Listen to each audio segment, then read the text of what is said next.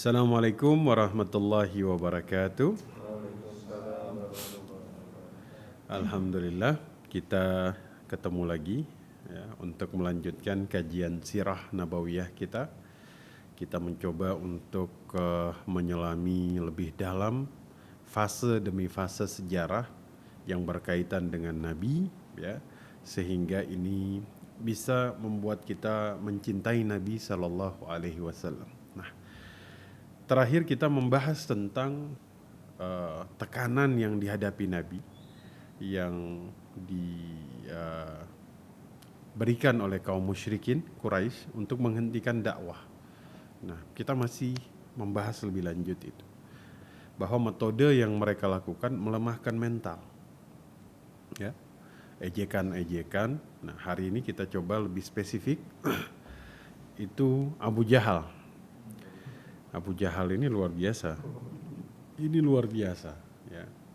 Jadi dulu kan ketika mendengar ayat-ayat Al-Quran yang menyebutkan tentang pohon zakum, ya, pohon yang kemudian merupakan makanan, nanti buahnya dari zakum ini itu kan menjadi makanan penghuni neraka. Ya. Nah, Abu Jahal ketika mendengar ayat ini, ya, itu dia mengumpulkan semua kaum Quraisy. Kemudian dia katakan, "Ya ma'syaral Quraisy, hal tadruna ma syajaratuz zakum allati yukhawifukum biha Muhammad?" Dia bilang, "Wahai orang-orang Quraisy, kalian tahu nggak apa itu buah zakum, ya, yang Muhammad itu menakut-nakuti kalian dengan buah itu, ya, dengan pohon tersebut?" Maka orang Quraisy mengatakan, "Qala la, kami nggak tahu, ya, ajwatun, ya, ajwatun yathriba bizabdi wallahi la tamkanna minha lanazqumannaha tazaqqaman." Ya, mereka bilang, kata Abu Jahal, zakum itu kormanya orang Madinah, ajwanya. Ya, itu ajwanya, demi Allah dia bilang, jika saya dapatin itu pohon zakum, saya akan makan sepuas-puasnya. Allah, ini kan kontra, ya, benar-benar kontra yang dilakukan frontal terang-terangan.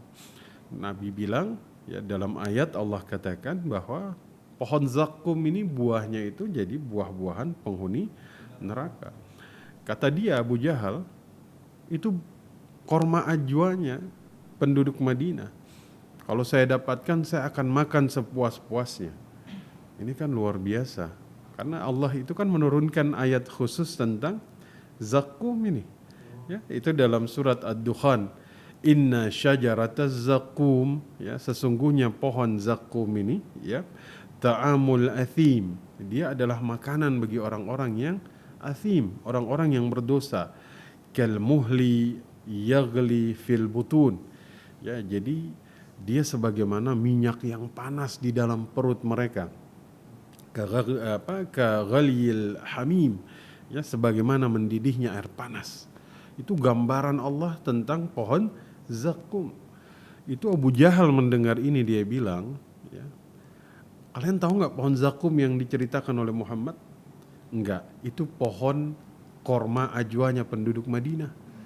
Kalau aneh dapat, aneh makan sepuas-puasnya. Ya, bisa dibayangkan Abu Jahal akan makan sepuas-puasnya nanti di neraka. Ya kan? Karena dia bilang kan, aku akan makan sepuas-puasnya. Wal iyadzu billah. Padahal Allah bilang dalam surat Dukhan, itu panasnya seperti minyak yang mendidih di dalam perut. Ya, karena air panas saja itu kan luar biasa, apalagi ini air panasnya dalam perut. Nah, itu kan perumpamaan zakum, ya. Maka Rasul sallallahu alaihi wasallam itu kemudian bersabda dalam hadis, "Walau anna qattaratan minaz zaqumi qutirat." Jadi kalau ada satu getah, jadi kan pohon ini punya getah. Kata Nabi, kalau pohon zakum ini, getahnya ini, ya, getahnya ini menetes la amarat ala ahlil ardi aisyahum. Kalau kemudian dia jatuh ke bumi, satu tetes getahnya Maka kata Nabi, rusak seluruh kehidupan penduduk bumi. Bisa antum bayangkan ya. Satu tetes getahnya zakum, kata Nabi, itu merusak seluruh kehidupan penduduk bumi. Bagaimana jika seandainya fakaifa man laisa lahum ta'amun illa zakum, maka bagaimana jika penduduk neraka tuh nggak punya makanan selain zakum, buah dari pohon ini. Ini kan luar biasa. Ini kan luar biasa. Abu Jahal tuh mengingkari itu. Maka Nabi itu semacam tahqiq lagi dalam hadis tentang zakum ini. Ya, dia bilang nanti dia makan sepuas-puasnya. Waliyadzubillah. Ya. Abu Lahab, tadi Abu Jahal, sekarang Abu Lahab. Ya. Abu Lahab ini, ya, bahkan Abu Lahab ini bukan hanya Abu Lahab. Abu Lahab beserta semua keluarganya. Satu keluarga tuh hobinya mengejek Nabi. Ya, emang nggak semua, cuman sebagian besar. Ya. Jadi Ummu Jamil, istrinya Abu Lahab juga suka mengejek Nabi. Ya. Jundub bin Sufyan radhiyallahu anhu ya, berkata bahwasanya Rasul sallallahu alaihi wasallam itu sakit. Ya, beliau sakit, falam yakum lailatani.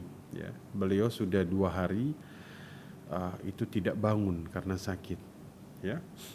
Maka kemudian 2-3 hari faja'at amra'atun faqalat, ya Muhammad. Ya. Datang seorang wanita kemudian mengatakan kepada Nabi, inni la arju ayyakuna syaitanuka qad taraka. Ya. Wahai Muhammad, aku berharap syaitanmu telah meninggalkanmu. Insyaallah. Ya. Lam arahu qaribaka mundhu lailatani, karena aku enggak lihat setanmu bersama dirimu sudah 2-3 hari ini. Masya Allah. Ya. Maka kemudian fa anzalallahu azza wa jal wadduha wal laili idza saja ma wadda'aka rabbuka wa ma qala. Jadi kemudian Allah menurunkan surat ya, surat Ad-Duha tadi ya. Kalian tahu wanita itu siapa? Ummu Jamil, istrinya Abu Lahab. Ya. Kita tuh kaum muslimin menjenguk orang sakit ya. Itu punya adab. Adabnya dalam Islam menjenguk orang sakit itu ya menghibur. Ya. Faqul khairan, ucapkan yang baik. Fa innal malaika yu'minuni, karena ada malaikat yang mengaminkan semua ucapanmu. Orang sakit itu ujian bagi yang sakit. Ya. Kadang mungkin ada seseorang yang kita kenal penyabar, pada saat sakit dia nggak sabar, benar nggak? Karena memang dia sedang dikelilingi oleh syaitan, sedang menggoda dia untuk tidak mendapatkan pahala yang besar dari kesabaran dia. Makanya Nabi mengatakan barang siapa menjenguk orang sakit, ya, ketika dia berdiri seakan-akan dia tengah memetik buah-buahan surga. Kalau dia duduk, maka kemudian dia akan didoakan oleh ribuan malaikat. Ya, menjenguk, ya, ucapkan kalimat yang baik. Ya. Tapi ini istrinya Abu Lahab beda. Datang bukannya ngejengukin tapi justru ngejek. Ya, ini kan Masya Allah, ini luar biasa. Ya. Maka dikatakan bahwa Nabi dalam kondisi sakit 2-3 hari nggak bangun-bangun, ya kan? Ya. Dijenguk kalau kita bilang Abu Lahab ini kan pamannya kan, berarti dijenguk sama istri pamannya. Ya.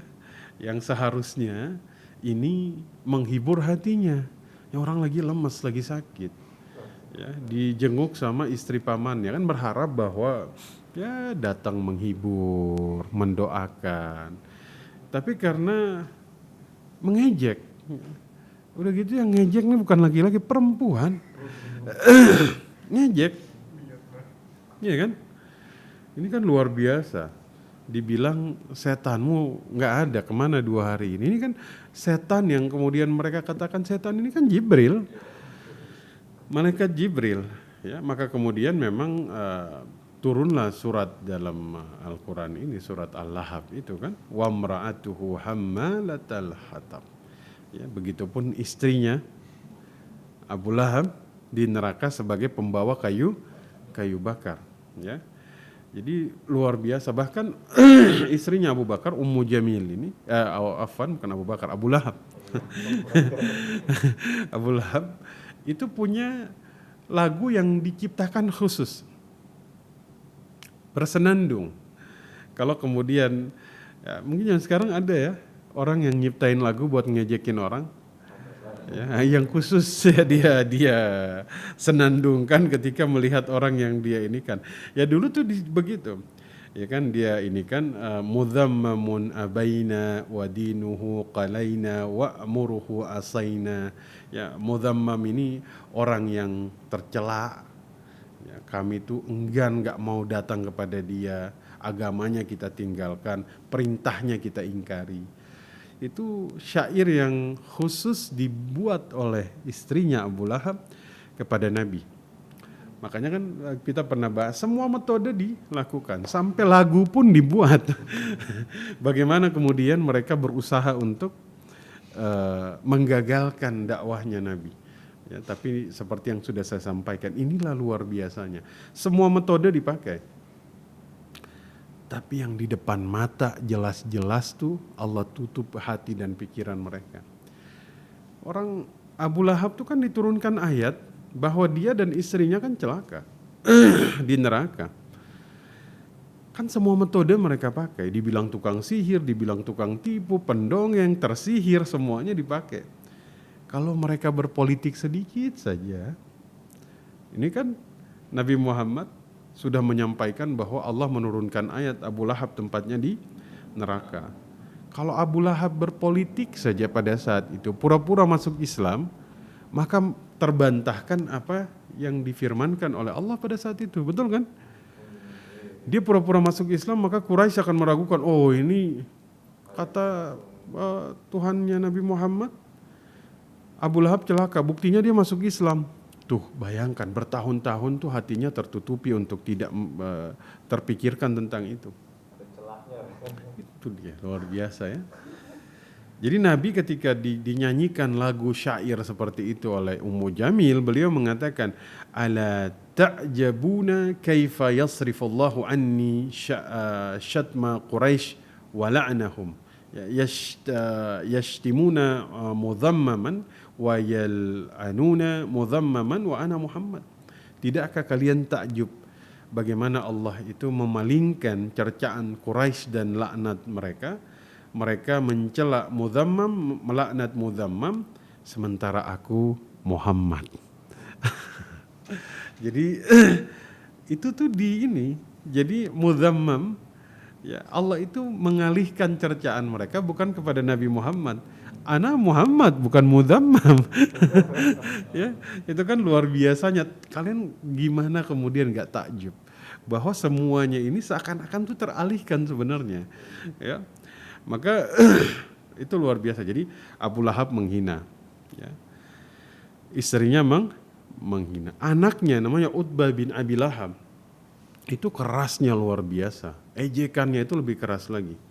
Ayah, ibu, anak. Ya, ini kan luar biasa. Jadi suatu hari mereka tuh Utbah dan Abu Lahab tuh mau pergi ke Syam. Ya. Sebelum pergi ke Syam, singgah dulu ketemu Nabi. Ya. Buat apa? Buat mencaci Nabi. Sempat ya. Sila kita sempat-sempatnya. Ya, ini kan kita mau pergi jauh, biasanya kita silaturahim dulu. Ibunya lagi sakit, sempat-sempatnya tuh jenguk buat diejekin. Ini anaknya Utbah bin Abi Lahab. Mau pergi ke Syam sama ayahnya, sempat-sempatnya singgah buat mencerca Nabi. Ini kan luar biasa, ini Masya Allah. Iya, jadi sebelum pergi tuh pergi dulu mencaci dulu Nabi. Seakan-akan tuh kayak ada yang kurang kalau belum ngejar Nabi. Maka Nabi itu berdoa pada saat itu dengan doa yang sangat luar biasa. Allahumma sallit alaihi kalban min kilabika. Ya Allah, jadikan dia dikuasai oleh seekor anjing dari anjingmu. Ya, ada yang kemudian riwayat yang mengatakan bahwa singa. Ya. Pada saat itu di padang pasir mana ada singa? Itu Utbah itu matinya itu lagi suatu malam ya, lagi berkemah istirahat, tiba-tiba ada singa tuh yang muncul di atas kepalanya, kemudian membunuh dia. Itu luar biasa ya. Ini hadis dari Al-Hakim. Ya. Ibnu Hajar juga mengutip ini dalam Fathul Bari. Ya, bisa dibayangkan ya, doanya terkabul pada saat itu Nabi. Ya kan? Abu Lahab, Ummu Jamil, Utbah, tiga-tiganya mengejek Nabi. Ya. Kemudian Abu Jahal itu sampai kemudian mengatakan, Muhammad, kalau memang benar ini agama adalah agama yang benar dari Allah Subhanahu wa taala, maka turunkan hujan batu katanya. Hujan batu. Ya, ini kan perkataan yang Allah abadikan di dalam Al-Qur'an, ya, surat Al-Anfal. Ya, itu kan diabadikan khusus.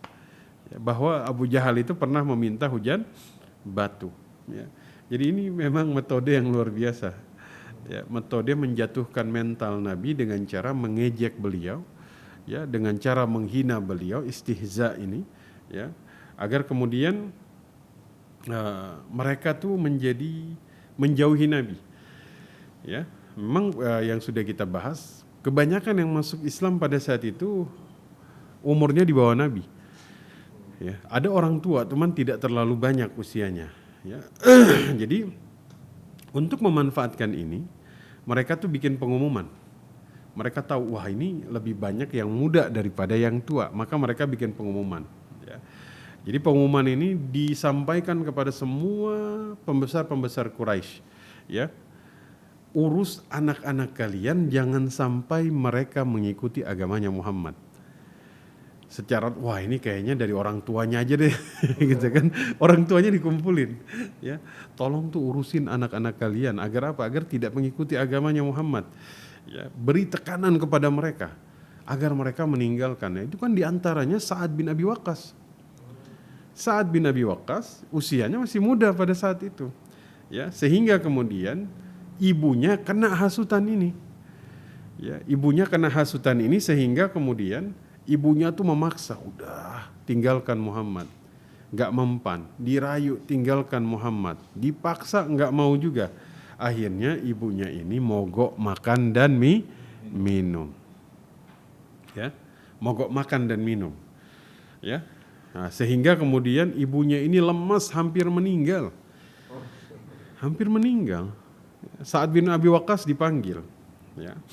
Kemudian Sa'ad bin Abi Waqqas bilang seperti ini, nazalat fi arba'u ayati min kitabillahi ta'ala, kepada ibunya, telah turun 4 ayat dalam Al-Quran yang berkaitan dengan diriku. Satu, katanya, kanat ummi, kata beliau, kanat ummi halafat an la ta'kula wa la tashraba hatta afariqa Muhammad sallallahu alaihi wasallam. Ibuku tuh bersumpah tidak makan dan tidak minum hingga aku meninggalkan agamanya Nabi Muhammad. Allah kemudian menurunkan ayat, ya. Ayatnya ini, fa anzalallahu azza wa jal, wa in jahadaka ala an tusyrika bima laysa laka bihi ilmun fala tuti'huma, ya, wa sahibhuma fid dunya ma'rufa. Allah bilang, jika kedua orang tuamu mengajak dirimu untuk mempersekutukan Allah, ya, maka kemudian jangan ikuti keduanya, tapi tetap perlakukan mereka, pergauli mereka dengan baik. Itu kata Sa'ad bin Abi Waqqas. Itu turun ayat berkaitan dengan diriku dalam Al-Quran, ya, karena berkaitan dengan ibunya yang kemudian mengajak agar aku meninggalkan Nabi. Allah turunkan ayat khusus, ya, kalau mereka ajak jangan untuk mempersekutukan Allah, tapi tetap berbuat baik kepada mereka. Masya Allah, ini syariat memang turunnya dari Allah, adabnya tetap dijaga. Maka kemudian dalam riwayat yang lain memang dikatakan, Sa'ad bin Abi Waqqas, dulu aku berbakti kepada ibuku, orang tuaku, tapi ketika kemudian aku masuk Islam, ibuku mengatakan, wa ya Sa'ad, ajaran apa ini? Ya, sungguh kamu meninggalkan agamamu yang terdahulu, aku tidak akan makan dan minum, aku mati, lalu engkau pun dicela karena aku. Itu Sa'ad sampai penyebab ibunya mati. Ya, dia nggak mau meninggalkan Nabi Muhammad, maka dia akan disalahkan sehingga akan dijuluki wahai pemuda yang membunuh ibunya. Ya. Kemudian dia mengatakan, ya wahai ibuku, jangan lakukan itu. Kenapa? Aku tidak akan meninggalkan agamaku ini karena apapun. Ya. Maka kemudian ibunya ini bertahan sampai akhirnya ibunya ini kemudian sakitnya sudah sangat parah. Ya, kata Sa'ad bin Abi Waqqas, demi Allah, sesungguhnya engkau ibu punya 100 nyawa. Nyawa itu keluar satu demi satu, aku tidak akan meninggalkan agamaku sebab urusan ini.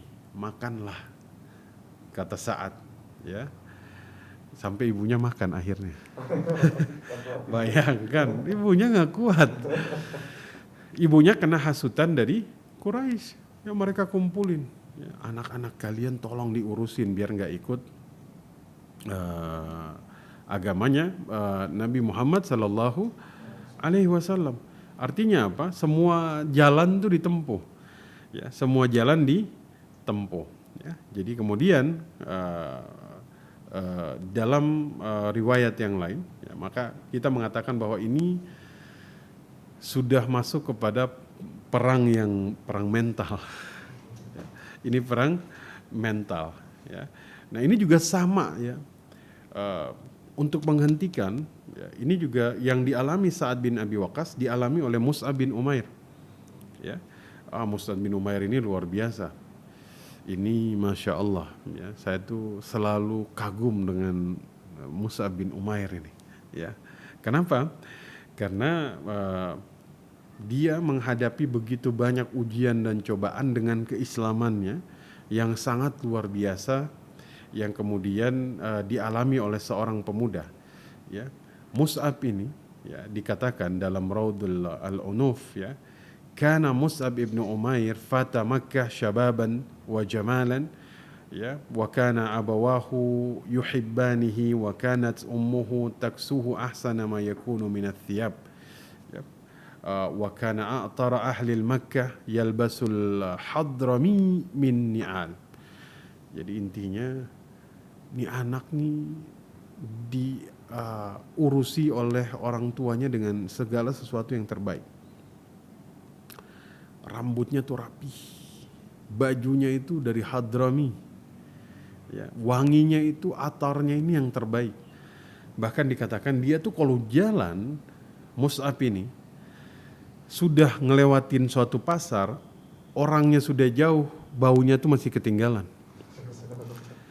Oh, tadi Mus'ab di sini nih. Ini kan luar biasa. Dia masuk Islam. Ibunya kena hasutan seperti ibunya Sa'ad bin Abi Waqqas tadi, ya, diberhentikan masuk Islam, ya, dipaksa nggak mau, tetap dalam keislamannya, ya, bantuannya yang dia terima, artinya nih anak kan besar dengan segala fasilitas, ya, mereka tuh menganggap wah sudahlah, ya, kita putus saja ininya semua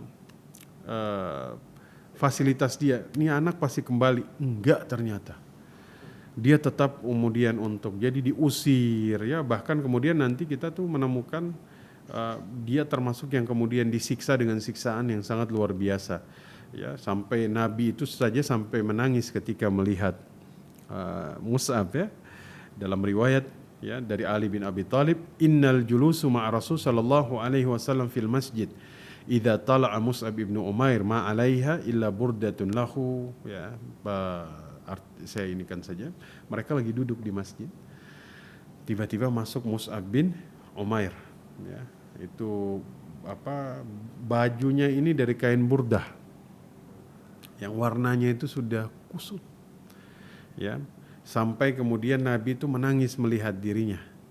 Kenapa? Ya, itulah yang kita bahas. Dulunya pemuda yang sangat gagah, wangi, tapi dengan memilih Islam sehingga keadaannya jadi seperti sekarang. Ini luar biasa kan, masa muda ini kan masa yang sangat, ya, seseorang menikmati dunia dengan segala godaannya di masa muda, tapi Mus'ab kemudian menolak itu dan dia kemudian memilih Islam, ya. Jadi Mus'ab ini sampai kata Al-Barra ibnu Azim, ketika awal-awal dia datang ke Madinah itu, dia tiba di Madinah, itu Al-Barra ibnu Azim melihat dia kemudian mengatakan, rajulun lam ara mithlahu ka'annahu min rijalil jannah. Ana tuh melihat seperti seorang pemuda dari surga. Saking gagahnya Mus'ab bin Umair pada saat itu. Ya, saking ininya dia, haibahnya itu betul-betul terkenal, ya, sosoknya itu. Ya, maka kemudian dia memilih Islam, kemudian menolak untuk keluar dari Islam, walaupun diuji secara mentalnya, secara apanya itu, tapi tetap bertahan. Ya, ya kemudian Rasulullah SAW sendiri mengatakan dalam hadis riwayat Hakim, ma ra'aitu bi Makkah ahadan ahsana limmah wala araqa khullah wala an'ama ni'matan min Mus'ab bin Umair. Aku nggak pernah, kata Nabi, melihat seseorang di Makkah lebih rapih rambutnya, bagus pakaiannya, paling banyak mendapat kenikmatan selain Mus'ab bin Umair. Ya. Tapi kemudian memilih Islam, ya, ketika kemudian mendapat hidayah dari Allah Subhanahu wa taala, ya. Kemudian Mus'ab ini diuji secara mentalnya, ya, diuji dari finansialnya, tapi tetap bertahan.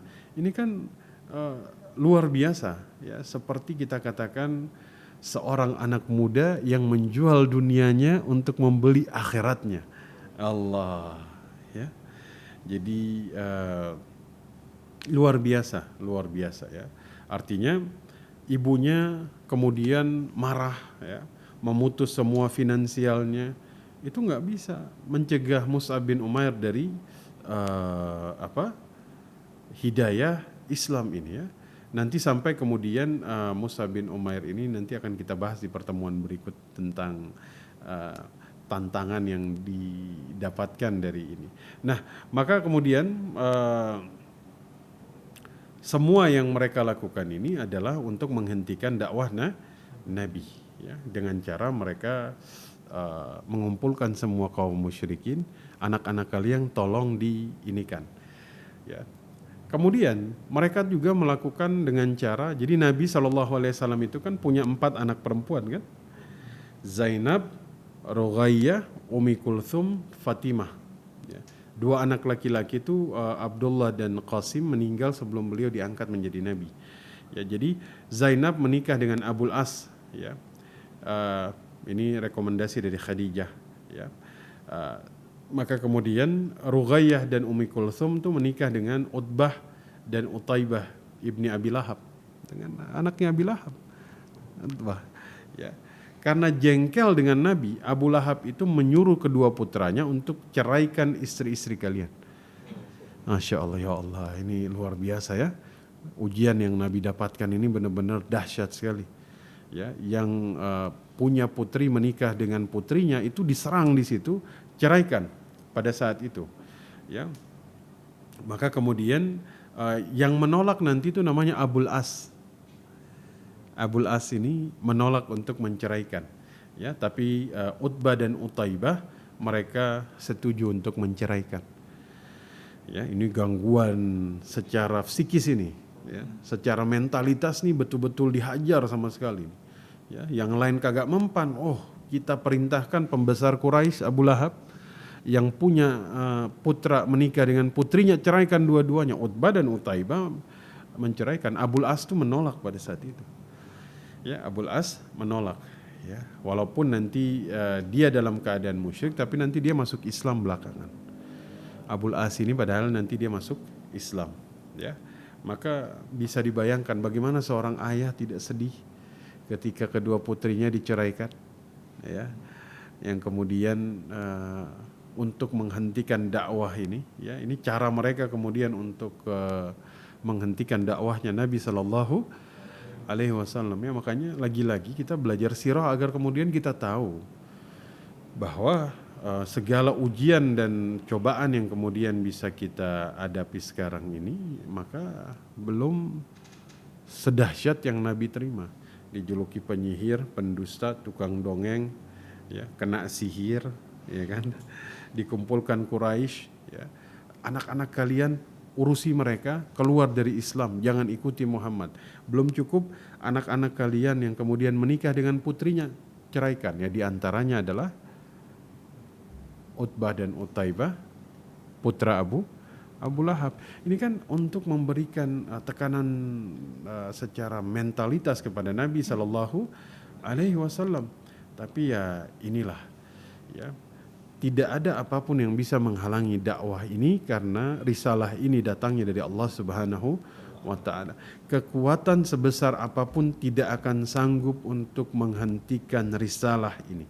Siapapun dia, sebesar apapun kekayaan ataupun kekuasaan yang dia miliki untuk menghentikan tersebarnya risalah ini tidak akan sanggup.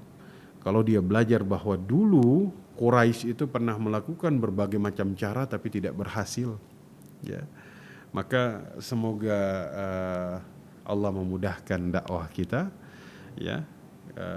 Semakin kita mencintai Nabi Sallallahu Alaihi Wasallam, insyaallah kita akan melanjutkan kajian sirah kita pada pertemuan berikut. Mudah-mudahan Allah merahmati kita semua. Aqulu qouli hadza wa astaghfir li wa lakum wa lisairil muslimina wal muslimat wal mu'minina wal mu'minat al ahya'i minhum wal amwat fastaghfiruhu innahu huwal ghafurur rahim. Subhanaka Allahumma wa bihamdika asyhadu an la ilaha illa anta astaghfiruka wa atubu ilaik. Assalamualaikum warahmatullahi wabarakatuh.